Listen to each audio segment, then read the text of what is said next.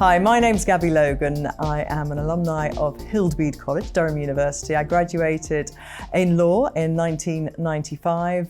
I'm here today, though, to have a chat with the Vice-Chancellor, Karen O'Brien, about where Durham is right now, where it's going in the future, and your plans and experiences so far, which have been quite recent. You got the position about 2 years ago, coming up to 2 years? Just under 2 years ago, that's right, Gabby, yes. Yeah, so things are still quite fresh. They are. Well, first of all, thank you so much for joining us in our alumni community today, because we're delighted to hear from you and we're always honoured that you've been part of our community for so many years. It has been an exciting time at Durham. I've got to know it very well in my 2 years, and I was very delighted that last year we were Sports University of the Year. And it really is, I think, very attractive, isn't it, to students when thinking about where they're going to go, to know that whatever level of sport they're interested in, there could be something for them. You know, it is great if you're an elite athlete, an elite sports person, you know, Durham covers you off there.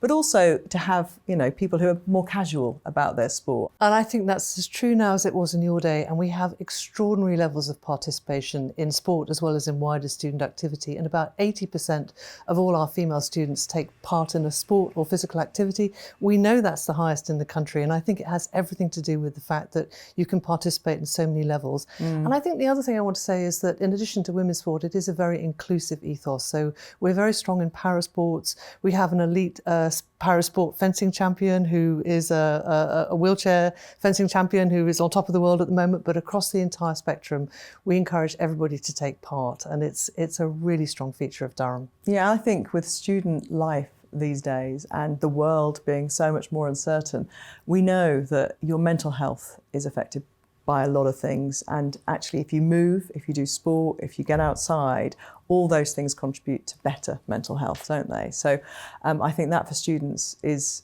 vital. I think we've all understood, particularly with the current mental health crisis affecting young people, that sport and physical activity is really important, and the evidence base for how big a difference that can make is really there now. We have a fairly new Department of Sports and Exercise Sciences, new certainly since your day, Gabby, and they're doing amazing research, not only about elite sport, but about the whole way in which physical well-being can shape people's lives. We've got really interesting research around sport and neurodiversity, sport and misogyny, sport and female participation, concussion impacts in rugby, a whole variety of things. So I think the fact that we're also researching the impact and the interrelationship between sport, physical activity and society is very Durham, and it's a very good thing for us to be doing.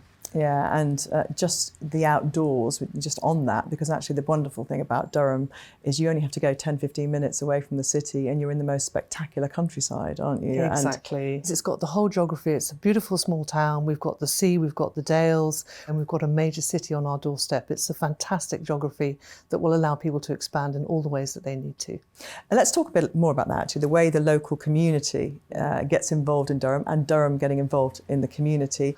I'd like to feel that relations have never been better with our city and our region. We're working so closely together on so many things, really repositioning Durham as both a global university and a local university. That's my agenda. They're not at odds with each other. We have fantastic resources in the region to make ourselves globally influential.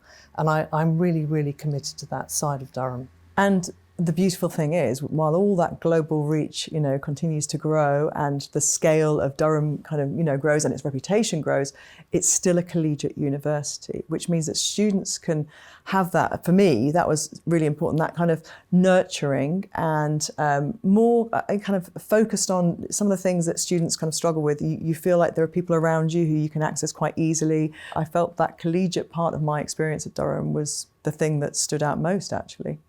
I'm not surprised, and I think that most students would now, even nowadays, say absolutely the same thing, that the colleges are the bedrock of our student experience. We have to nurture them, we have to strengthen them, we have to carry out some quite ambitious repairs to some of the colleges that need work. Being one of those. Hillbead being absolutely one, and Van Mildert being another. But I think it's really important that we have that community sense of belonging on every level. Colleges are very important to us. Durham will always be a collegiate university. Yeah, that's really important, isn't it? I think to make sure that Durham retains a sense that anybody can go there. This is not a university that is only for kind of elite schools or access to people who come from much higher income brackets.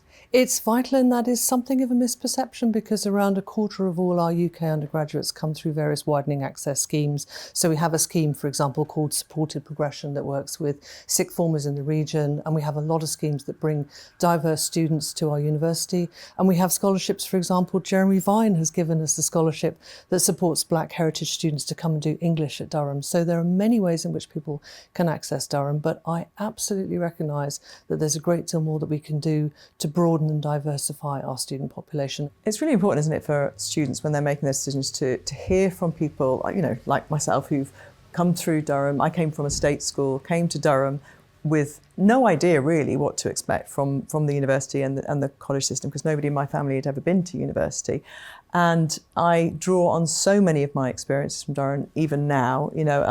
I have a lot of friends still, obviously, from those days, but also people I meet in my professional life love to tell me about their Durham experiences and what we got from it, and the confidence that we got from joining in all these incredible clubs and societies, and having all these historic buildings on our doorstep that we were able to call home, and everybody was able to kind of have their goals and ambitions met by the university, and also beyond that, looking into the rest of their lives and what they were going to do. I felt there was a lot of support for people to kind of realise their ambitions. And that's something I think that is more attractive than ever to young people, because there's uncertainty, isn't there, out there in the world. Increasingly, I think students are expected to have internships, so really having those very close relationships with employers. Our alumni help us a great deal because they offer those opportunities to students on a paid basis, of course, and they advise students and mentor them. So, but it'd be interesting to hear, Gabby, from you about how you feel in your professional life, what you took away in terms of the confidence that Durham gave you, but also when you did have some barriers to overcome, were there things that you drew upon from your university experience? Yeah, I think if you take part in things that you ordinarily would feel a little bit fearful of, I think university allows you to step outside your comfort zone. I did a play which went to Edinburgh, and right. I never would have, I never would have thought I would do that when I was, starting my university life. But I think you look back and realise those experiences actually feed massively into what I do now, performing in front of an audience and having that confidence to get on stage and do those things. Actually, what we find is that students do all kinds of things where the degree has given them the confidence, the skills, the sense that expertise and rigour are important, but it's not necessarily directly what they're applying in their careers. And I think it's something about expertise, rigour, confidence, and then the wider opportunities that you get from university that really help with future life. So for Durham going forwards, and this is obviously a couple of years into your role, let's talk about the global position and what you're doing on that. We're doing an enormous amount, and a lot of that is about the globally influential research that we do. So whether that's archaeology all across the world, or whether that's really about climate change, understanding the impact of climate on Antarctic ice sheets or landslides, it's enormously important that we collaborate in terms of our research with universities, researchers, communities all across the world.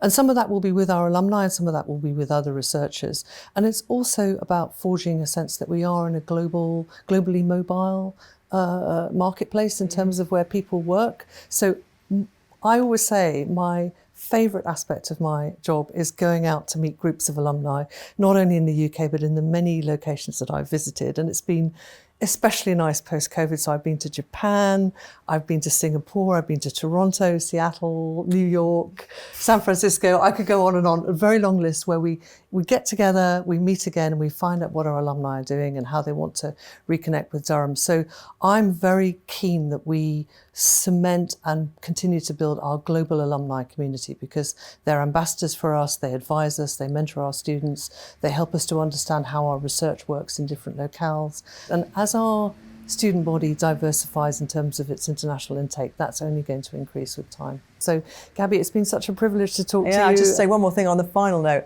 I can't think of anywhere more beautiful to matriculate or graduate from than Durham Cathedral either. So, it's a bit shallow, but it is in terms of, looking at it from an aesthetic, but it is the most stunning place as well, Durham. And it is, and I continues never get over it. That's where I stand up and I matriculate students and welcome them to the university, and that's where I graduate them as well. And it is the most beautiful building, and I think there's something about the height and the position of the cathedral on the hill that lifts everybody's sights and everybody's spirits. It's a symbol of aspiration. Yeah. Thank you so much. It's been great to chat. Wish I was back at Durham. Thank you.